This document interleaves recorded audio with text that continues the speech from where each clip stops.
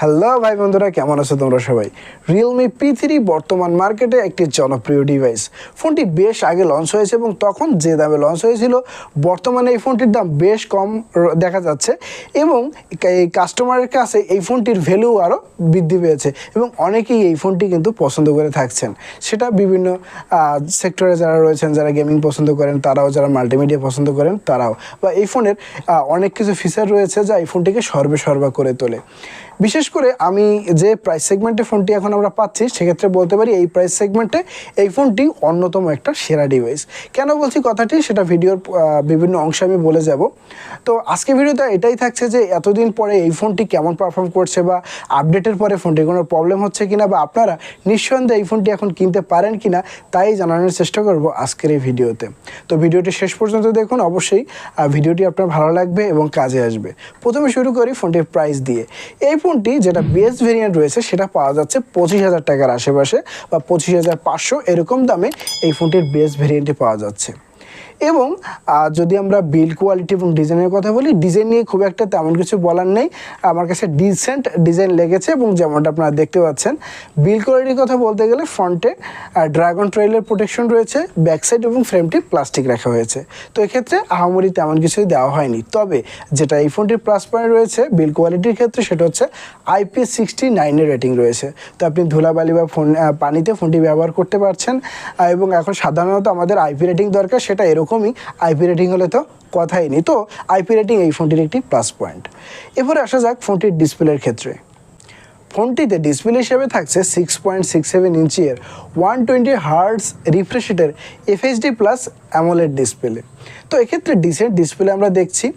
তবে এখানে 2000 নিটসের pick brightness রয়েছে, তো ডাইরেক্ট সানলাইটে ফোনটি ব্যবহার করতে গেলে কোনো প্রবলেম হচ্ছে না। এবং অ্যামোলেড ডিসপ্লে যেহেতু রয়েছে, তো মাল্টিমিডিয়া পারফরমেন্স আমাদেরকে বেশ ভালো দিয়ে থাকবে। সাথে রয়েছে ডুয়াল স্টোরি স্পিকার, যা একটি ফোনে বেসিকভাবেই থাকা দরকার, কারণ এখন আমাদের ডুয়াল স্টোরি স্পিকার প্রয়োজন, কারণ তাহলে আমরা মাল্টিমিডিয়া পারফরমেন্সটা বেশ ভালো পেয়ে থাকি।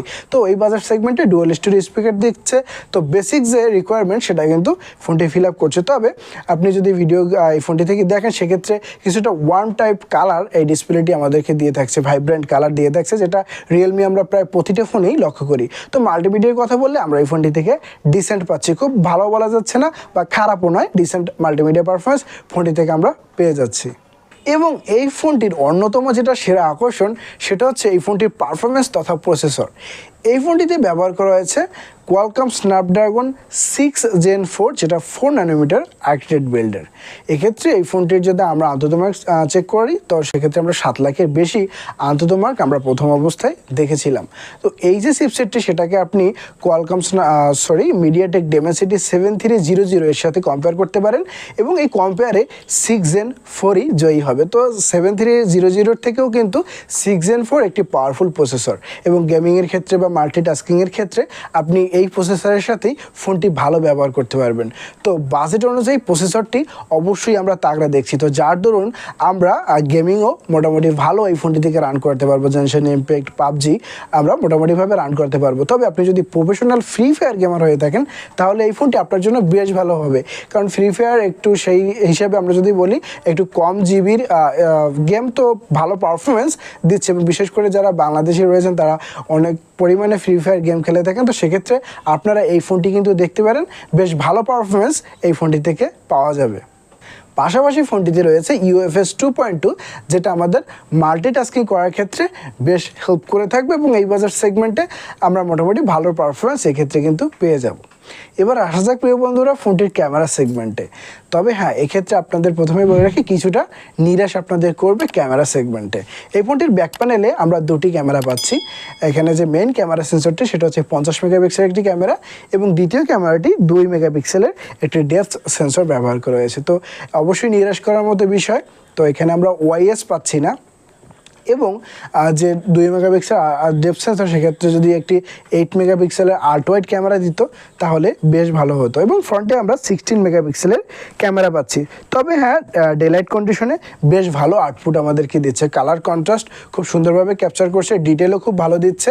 তবে আমাদের কিছুটা ওয়ার্ম ছবি দিচ্ছে বা ভাইব্রেন্ট কালারের ছবি আমাদেরকে প্রোভাইড করছে, যেটা আমরা বলতে পারি সোশ্যাল মিডিয়া রেডি ফটো সেরকম ছবি আমাদেরকে দিচ্ছে। তবে রাতে আমরা ছবি তুলতে গেলে কিছুটা নয়েজ আমরা লক্ষ্য করছি। তবে হ্যাঁ, ফোনটিতে থাকছে 4K 30 fps ভিডিও রেকর্ডিং করার সুযোগ। তো এক্ষেত্রে আমরা ডিসেন্ট পারফরমেন্স দেখছি। তবে আপনাদেরকে সাজেস্ট করব, যদি আপনারা ওয়াইএস চান বা ভালো একটি ক্যামেরা মোটামুটি ফোন চান বাজেটের মধ্যে, তো সেক্ষেত্রে আপনি দেখতে পারেন 20,000 বাজেট সেগমেন্টে স্যামসাং গ্যালাক্সি M35 5G এই ফোনটি দেখতে পারেন। সেক্ষেত্রে আমরা ওয়াইএস পাচ্ছি এবং ক্যামেরা পারফরমেন্স বেশ ভালোই আমরা লক্ষ্য করেছি এবং ফোনটি আমরা অনেক দিন আগে দেখেছি, তো এখন স্টেবল পারফরমেন্স আমাদেরকে দিচ্ছে। এরপরে আপনি যদি একটু চান যে টেলিফোটো লেন্স থাক, তাহলে আপনি এটা দেখতে পারেন CMF ফোন 2 Pro। সেক্ষেত্রে আমরা টেলিফোটো লেন্স দেখতে পাচ্ছি এবং ক্যামেরা বেশ তাগড়া এবং বেশ মেইন আপডেট এবং ওএস আপডেট আছে, তো যেগুলো বাগ রয়েছে সেটাও কিন্তু ফিক্সড করে দিই। এবং আপনারা চাইলে কিন্তু এই ভিডিওটির শেষে যে দুটি ফোনের কথা বললাম তার রিভিউ ভিডিও দেখে নিতে পারেন। এবং বন্ধুরা, যারা এখন পর্যন্ত ভিডিওটিতে আছেন অবশ্যই চ্যানেলটিকে একটি সাবস্ক্রাইব করে রাখবেন এবং হ্যাঁ, ভিডিওটি যদি ভালো লেগে থাকে অবশ্যই একটি লাইক দেবেন। আশা যাক এর পরবর্তী পর্যায়ে। এই ফোনটির ওএসের কথা বলতে গেলে out of the box Realme UI 6.0 পাচ্ছে, যেটা রান করছে Android 15-এর সাথে। কোম্পানি ক্লেম করছে যে 2 বছরের মেইন আপডেট এবং 3 বছরের সিকিউরিটি আপডেট দেবে। এক্ষেত্রে যে সিকিউরিটি আপডেটটি ফোনটিতে আসছে, সেক্ষেত্রে আমরা ফোনে তেমন কোনো প্রবলেম দেখছি না। তো এক্ষেত্রে যে ইউআইটি আমরা পাচ্ছি রিয়েলমির পক্ষ থেকে, সেটা বেশ ডিসেন্ট আমরা লক্ষ্য করছি। তবে এই ফোনটিতে আপনি যদি প্রথমে কিনে থাকেন সেক্ষেত্রে একটু সতর্ক থাকবেন, কারণ ফোনটিতে hot apps, hot games, third party বিভিন্ন অ্যাপস রয়েছে ডাস্টবিনের মতোই। তো সেক্ষেত্রে এটি আপনি মাথায় রাখবেন এবং আপনি যদি ফোনটি কাউকে গিফট করতে চান বা আপনি ছোটোদের দিতে চান, সেক্ষেত্রে কিন্তু অ্যাপসগুলো আনইনস্টল করে তারপরে দিবেন। তো এবং আর যে বিষয়টি, এক্ষেত্রে আমরা কিন্তু খুব একটা AI ফিচার ফোনটিতে লক্ষ্য করছি না। রিসেন্ট যে রিয়েলমির ইউআইতে যা রয়েছে সেগুলো আমরা ফোনটিতে দেখছি। তাছাড়া যদি ফোনটির আমরা ব্যাটারি পারফরমেন্স নিয়ে কথা বলি, সেক্ষেত্রে কিন্তু খুব ভালো পারফরমেন্স আমরা লক্ষ্য করছি। ফোনটিতে রয়েছে 6000 mAh বিগ ব্যাটারি এবং এক্ষেত্রে আমরা পাচ্ছি 45 ওয়াটের অ্যাডাপ্টার, যেটা আমরা বক্সের মধ্যে পেয়ে যাচ্ছি। ফাস্ট চার্জিং আমরা করতে পারছি 1 ঘন্টা 10 মিনিট 15 মিনিট ফোনটিতে চার্জ হতে সময় লাগছে, তবে আমরা চার্জিং ব্যাকআপ 1 দিনের বেশি পেয়ে যাচ্ছি। তো আপনারা যদি গেমার হয়ে থাকেন সেক্ষেত্রে ভালো পারফরমেন্স পাবেন এবং লং টাইম যদি ফোনটি ব্যবহার করেন সেক্ষেত্রেও ভালো পারফরমেন্স ফোনটি থেকে পেয়ে যাবেন। এবং ফোনটিতে সেন্সর হিসেবে আমরা in display optical fingerprint sensor পাচ্ছি, যেটা ফাস্ট ও অ্যাকুরেট কাজ করছে। তাছাড়া কানেক্টিভিটি হিসেবে আমরা ব্লুটুথ 5.2 পাচ্ছি। অবশ্যই এটি 5G ফোন। ওয়াইফাই 6 রয়েছে। NFC আমরা ফোনটি থেকে পাচ্ছি, তবে পাচ্ছি না 3.5 mm এর হেডফোন জ্যাকটি।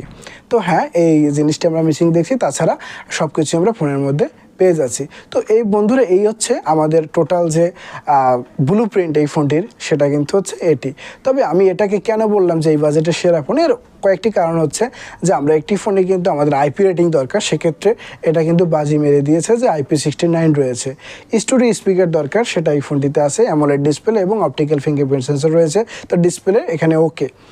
চিপসেটের কথা বলতে গেলে আমরা এই বাজার সেগমেন্টে একটি ভালো চিপসেট পাচ্ছি, যেটা এই ফোনটির সবথেকে বড় হাইলাইট। বিশেষ করে গেমার যারা রয়েছেন বা হেভি অ্যাপস যারা ব্যবহার করতে চাচ্ছেন, তারা কিন্তু এই ফোনটি দেখছেন এই বাজার সেগমেন্টে। তবে দুর্বলতা এখানে আমরা ক্যামেরায় লক্ষ্য করছি।